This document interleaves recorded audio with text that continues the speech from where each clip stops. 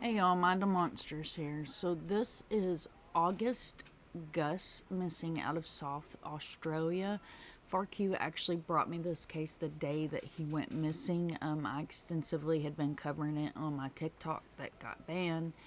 So I do want to bring you guys the update that we have thus far.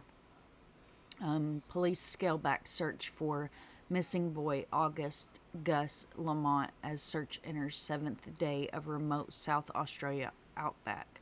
August Gus Lamont vanished after playing outside his family's remote sheep station. Police are scaling back the search for missing 4-year-old August Gus Lamont, saying they've done absolutely everything we can to find the little boy. Gus was last seen playing outside on a mound of dirt in his family's remote sheep station about 40 kilometers south of Unta in South Australia, the mid-north region, at 5 p.m. on Saturday. At 5:30, when his grandmother went outside to call him, Gus was gone. So they did pull in a local tracker, and FarQ had I've learned a lot about Australia through FarQ, and she had explained to me that local trackers are like their First Nation, their Aboriginal people that come in, and the tracker was able to find one boot print that matched the boots that little Gus had been wearing at the time of his disappearance. There's been a lot of speculation online of could he be abducted. So I spoke to FarQ about this in depth, and she says that this is very, very remote area, that there is almost zero likelihood that he was abducted. Also, FarQ and some of the locals that had been commenting on my TikTok video, and shout out to anybody that makes it over here to my YouTube. The TikToks that I had out for little Gus had almost hit 100,000 views. So I appreciate everybody that shared and cared and was commenting and putting in the love for this little boy. However, what I've been told by FarQ and other locals there to South Australia is that the likelihood he was carried off by a dingo is a very good likelihood. There is a likelihood that they will never recover his remains because this is a very vast, bad terrain. Like, you're talking some of the most harshest terrain and environment on planet Earth. So it's very sad. Very, very sad. The whole thing absolutely just breaks my heart, to be perfectly honest with you guys. I broke the case that Gus was missing, and I know Michelle After Dark, Michelle Walks, has picked up the case and been covering him, and a handful of other YouTube channels have covered him as well. Shout out to Michelle. She does amazing work. If you guys are not subbed up to Michelle, make sure you go over there and give her a sub. They pulled in the Australian Army, the local police. Now, I am going to put my 2 cents in. I honestly believe that the local tracker should have been pulled in on day 1 instead of waiting days into the search to pull in a local tracker, because their native people know that land, that they speak to that land, they feel the land, and he should have been brought in on day 1. That's just my opinion. Law enforcement would have been from the closest town. So just like here in the States, towns are different than, the outback. However, FarQ did send me the press conference that was done afternoon their time yesterday. It would have been early our time here in the U.S., so I am going to share that press conference with you guys.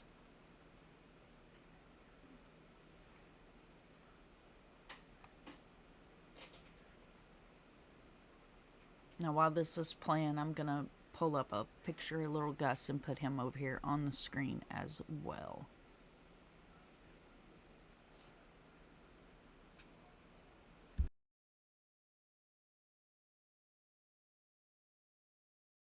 Good afternoon, everybody. This afternoon I'd just like to talk to you about two significant missing person searches that have been occurring this week. We all know about little Gus, and I'll come to him in just a minute. We have also been searching for another person, a male by the name of Benjamin.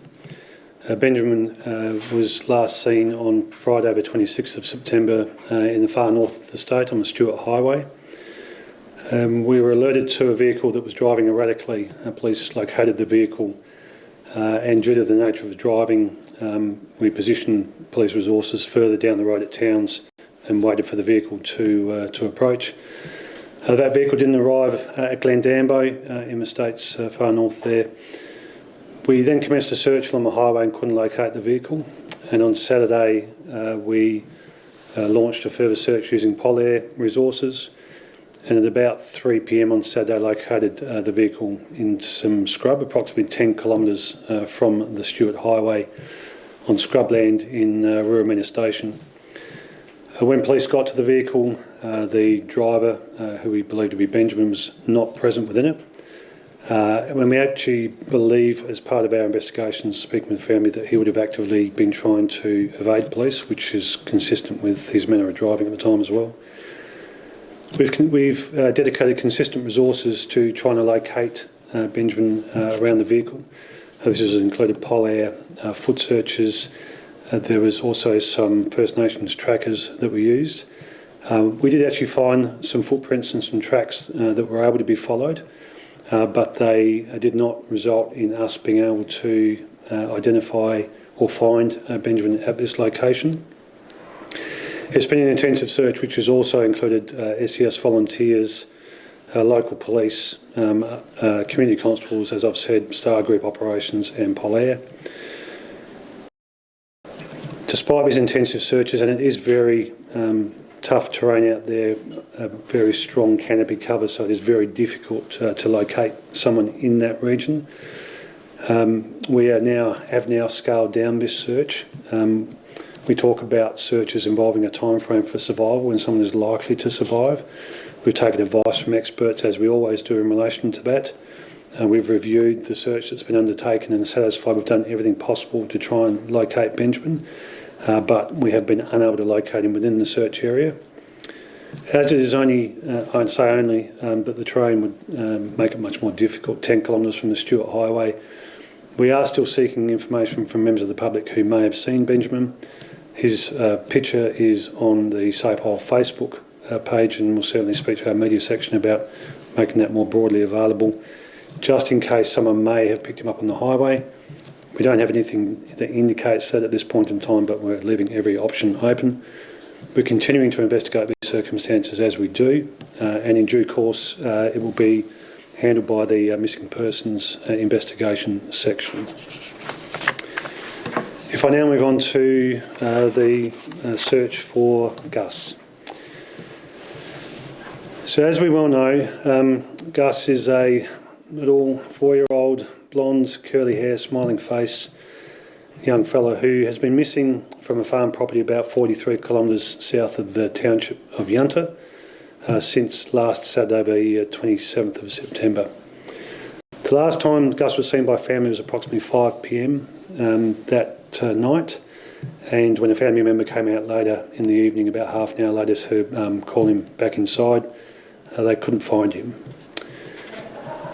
He's been described as an adventurous child, shy, but he is also a pretty good walker, but he's never left the family property with any distance previously that we're aware of.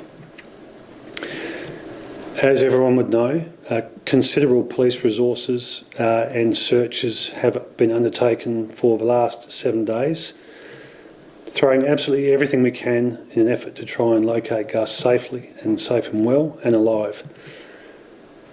From early Sunday morning, all the resources that were involved in the search to that time were rapidly increased clearly everyone understands the urgency of a situation with a missing person, but particularly a 4-year-old child. This commitment has been ongoing and unwavering since that time.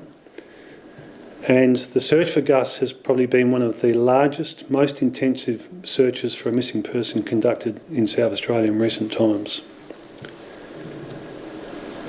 Like every member of the community who's following this very, very sad event, our people who've been on the ground, our volunteers, our police officers, Defence Force personnel and others, equally have been affected in some way or another by the fact that there's a missing 4-year-old child. You have to remember that people involved in this search are parents, family members, often with young siblings or young ones around, and so we all feel the pain and the heartache that's associated with a young child going missing. On Tuesday night, senior police spoke to Gus's family and prepared them for the possibility that we may not be able to find him alive, and this is based on scientific advice, professional advice that we get about how long it would be possible for a 4-year-old to survive in that terrain with the weather conditions and the clothing that he was wearing at the time. Whilst we've all been hoping for a miracle, that miracle was not eventuated, and in the last 48 hours, despite the professional advice, it being unlikely that Gus would have survived, we have maintained and in fact increased the effort to try and locate him and bring him back to his family. Unfortunately, at no point has there been any significant evidence that has enabled us to really focus in a direction for our search, give us any clues as to where he may have gone. We're confident that we've done absolutely everything we can to locate Gus within the search area, but despite our best efforts, we have not been able to locate him, and unfortunately we are now having to scale back this search for Gus. We won't stop. We will continue to investigate and follow any lines of inquiry that we currently have. And in fact, we've been conducting concurrent activities in relation to ruling out or ruling in any possible option associated with Gus going missing. But everything that we have found to date, every piece of information and evidence that we have explored to date, indicates that, as best as we know, Gus has wandered off from this property and we've not been able to locate him. We would like to thank absolutely everybody involved, who's been involved in the search, who's provided information, who's provided coverage in relation to Gus going missing. This is clearly now what appears to be a very tragic set of circumstances. We hold out hope that we may be able to find Gus and return him to his family, but clearly that potential is diminishing as days go by. We will now transition into an investigation focus. We will now continue to pursue ongoing lines of inquiry, and we will not rest until we can try and find the answer to why Gus has gone missing, and hopefully, like I said, for the family, return him to them. Thank you. Will anyone stay on the property up at Gunford? So, as we scale back our resources, no, there won't necessarily be a presence on the property. There will still be, obviously, liaison with the family as we continue to follow lines of inquiry and to do everything we can to make sure we've covered every single option in terms of what may have occurred at the property. Without sort of suggesting anything, is there anything that authorities would have done differently in this search? What I'm really proud of in terms of the way that this search has been conducted is the urgency with which we have responded to the reports that Gus was missing. The amount of people and assets that have been allocated to this search has been astronomical. On average, we've had no less than 50 people on the ground at the site searching for hours and hours on end during the day. Our searchers on foot have covered approximately 25 kilometres each and every day of this search for 7 days. I think it's in the order of something like 470 odd square metres that we've searched. Has been extensively searched. We've had people on motorbikes, all-terrain vehicles.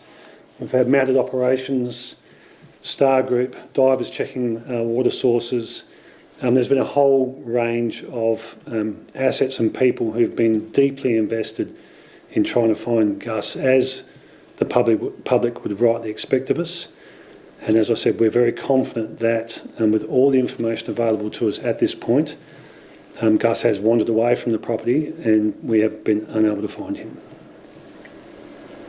What's the best theory that you've got on what's happened to him? The best theory at the moment is exactly that. The evidence that we have available to us is that Gus has wandered away from the property and somewhere onto the farm property, and we have not been able to locate him.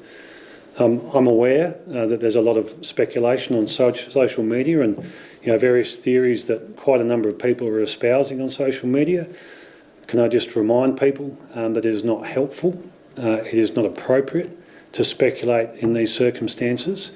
If you were to put yourselves in the shoes of a family who would be clearly distraught about the loss of a small child, someone who's gone missing, it paints a little bit of a different picture and a perspective for people to take into account.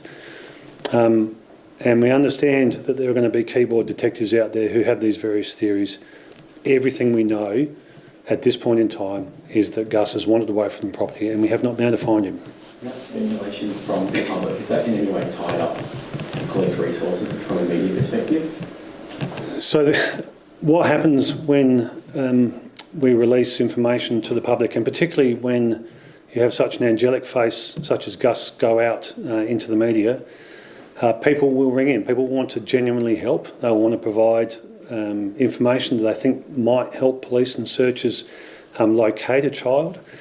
But there are also quite a number of people who are less than helpful and offer their opinions regardless of what the facts say.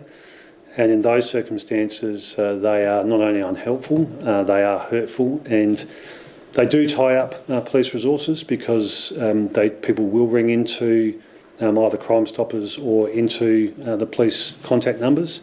We take every call seriously. And we'll also pass the relevant information onto the investigators who will continue to be looking at Gus being missing from the property.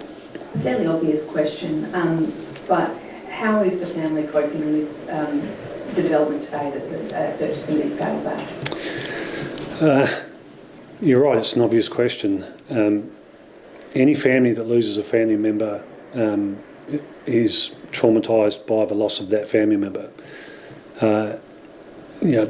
Life's not supposed to work where a parent loses a child. It's supposed to work the other way around. So I think it becomes incredibly traumatic and upsetting for families who lose children, and particularly in circumstances where you don't necessarily know the answers. So yes, the family are really upset by this, as you'd expect, and the public generally are also upset with the fact that a 4-year-old is out there somewhere by themselves. How difficult is it also for those police SES officers searching on foot when there simply hasn't been, aside from the footprint, any tracks at all? As I said before, our search personnel, whether they be volunteers or whether they're police or Defence Force personnel, have families. So you can imagine that it would be easy for people to be demoralised by the fact that they can't find Gus in this circumstance. But despite that, I know that there's been an unwavering commitment by everybody involved in this search, and I would again like to thank everyone who's been involved for the immense effort that has taken place to try and find Gus and bring him back to his family. This may have been covered previously, but is Gus an only child? Does he have siblings? Look, I'm not prepared to talk about the rest of the family at this particular point in time, particularly given the trauma that they're going through at this stage. I know it's I know you use the language scale back, but has the search on the property ended? We are scaling back the search on the property today. So the Defence Force personnel who've been assisting again this morning will be stood down shortly. And so from a foot search perspective and the intensive search that we've been doing so far, it is being scaled back this afternoon. I know you said earlier the best theory at the moment is that he's wandered off. We know major crime detectives were there earlier in the week. Do you still firmly believe there's no suspicious circumstances here? Yeah, absolutely. We believe that with the evidence available to us at the moment that Gus has wandered off from the property, as I said. Yes, we have had major crime detectives involved in this search and helping local investigators and also search authorities. I think everyone in the public would expect that we would have major crime detectives involved in this, as some of the most experienced detectives that we have within our organisation. And they have been actively assisting our local investigators as well as the searchers to make sure that we can actually cover off on every single element that may be an option in these circumstances. As I've said before, everything at the moment points to Gus has wandered off from the property. I assume the community up there would be, quite closely considering there's, so few of them up there. Do you expect them to continue to rally around this family? Country people are amazing when it comes to looking after each other. That's one of the great things about living and working in regional areas, is that the country people really rally around each other and support each other. And yes, this is what we've been experiencing with this search. The willingness for people to help has been amazing. It's always amazing. So yes, that community spirit, that regional spirit has really shone through this particular process. And as has the outpouring of sympathy and acknowledgement from the broader community of South Australia. Sorry, you're going to speak about Gus again? Because I was going to ask a few questions about Ben. That's all right. You can ask about them. Yeah. I was just wondering, you mentioned earlier that you believed he would have been evading police. I was just wondering why that was. After speaking with the family, we understand that Ben does have some mental health conditions. And so certainly when we piece that together with what we know about the other information we've received, as well as the fact that he didn't stop for police when first indicated to pull over, he clearly didn't want to be found, and we understand that his mental health may have played a part in that. Is he from Western Australia? I know he has Western Australian number plates. So it is correct. So Ben is from Western Australia. Our understanding was that his intention was actually to drive to Victoria for the AFL Grand Final, but clearly at some point in time he's changed his mind and started to head north on the Stuart Highway. I assume it's possible that, given that he didn't want to be detected, that I know you said there's no evidence to suggest that he's hitchhiked or anything like that, but it is possible that maybe he is okay and is somewhere out there? We're certainly hoping he is okay. And if he is and he feels safe enough to actually contact us via phone, then we're obviously happy to take that call. But we're really looking for an independent verification if anyone has actually picked him up. As I said, he was last seen on last Friday. The search picked up the vehicle on Saturday, so any time between more than likely Saturday to Monday, if you're travelling on the Stuart Highway and you have picked up a male from the side of the road, please contact police and let us know that information. Police have issued a warning to road users ahead of the long weekend. How important is it for everyone just to look out for one another? Yeah, road safety remains a massive issue for everybody. Over the last 5 years, there's been 5 people die on South Australian roads on this particular long weekend, the October long weekend. Last year, we lost 1 life on South Australian roads. The message is the same as every year. If you're travelling, please plan ahead. There are roadworks in certain locations which will slow you down. Don't let yourself get frustrated by that. Drive responsibility and also look after each other on the road. The NRL Grand Finals on this weekend, and South Australians, there's still plenty of NRL supporters. If you are going out partying, whether it be at local pubs or at a private premises, drink responsibly. Don't drink and drive